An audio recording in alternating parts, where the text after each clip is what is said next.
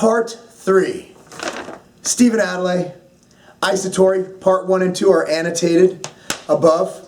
Just look throughout the video, I'm going to annotate it, so you can just click on that and go to part 1 and 2, and whatever parts come after this, so check it out. This one's on side effects and drugs, for the most part. First one, yo Marc, is BioGro natural? Does it contain banned substance especially? I see it's got some GH factors, but I don't know if that means it's pro-hormone or what. Well, this is a tricky question, and I will try to answer this the best that we can. And it's not a pro-hormone, it's not a testosterone booster. It does contain ingredients, the bioactive peptides, growth factors, which are naturally occurring, but at elevated levels, such as IGF1, IGF2. Now, colostrum itself is not on the banned substance list of the IOC, but it is on other banned substance lists. So it's a question that I think is use at your own risk, knowing your athletic organization and what their rules are. But from what we've seen, even when you use BioGro and bioactive peptides, you do get elevated blood levels of IGF1.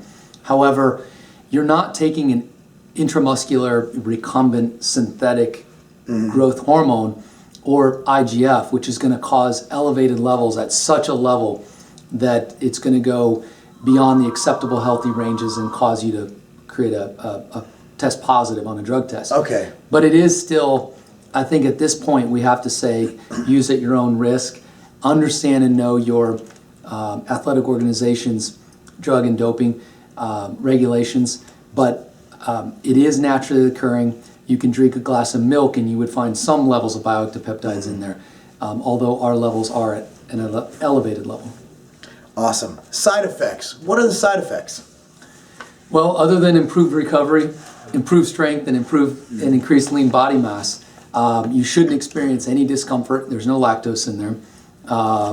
You shouldn't experience any type of side effects that we're aware of, that we've seen in clinical data. We haven't seen any health markers that are out of normal ranges. Okay. So I wouldn't say any negative side effects, really just positive side effects. Okay.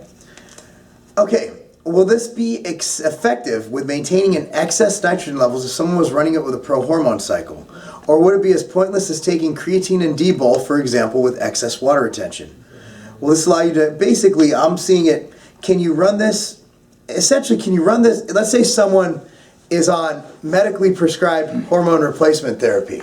Okay, will BioGro work with that, you think? I mean, this is all, obviously there's no studies on androgens and BioGro yet. No. But what we have seen so far is that BioGro and the bioactive peptides, because they directly stimulate protein synthesis, the call for and the acceleration of protein synthesis, that anything that you consume or take that directly affects protein synthesis, BioGro will make it work better.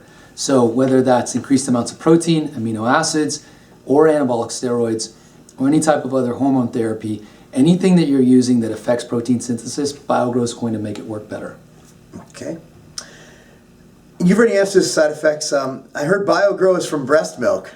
Therefore, could it lead to any gyno? Well, those two have no correlation to begin with. Oh, well, thank God, because my wife just had a baby. Gyno, as you know, is usually either it can be somewhat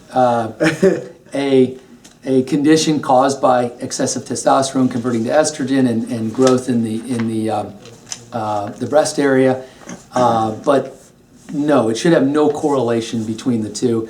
And although colostrum is created by mammals, including humans, after giving birth, it is not anything that should be correlated with something that would give you gyno. That's good to know. I was wondering why my boobs were itching this morning. IGF1 is not absorbed intact by the body. However, it may stimulate the production of IGF1 when taken as a supplement. Any blood work to reference the levels of IGF1 in the body before and after taking BioGro? Basically, will it increase IGF1? Do you have blood work to?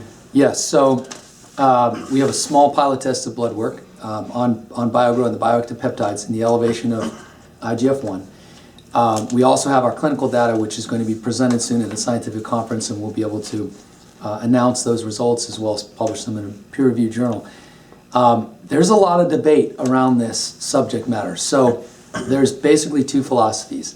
And I know, and we've talked with Darren Willoughby, very smart individual, heads up the Biomedical Research Center at Baylor, and he believes that the IGF-1 that's found in the bioactive peptides actually at its low molecular weight is actually absorbed intact.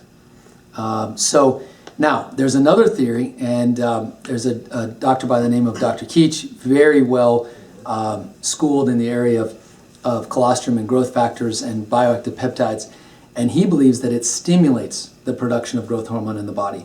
But either way, when we show an elevation of IGF-1 in the blood after taking BioGro, does it matter if it's being absorbed, digested, or stimulated? We're not sure yet. We'll figure it out. But at the end of the day, it is elevating IGF-1 levels. It's fantastic. So I guess we're going to move on to the next part, which is studies. And annotate it up above.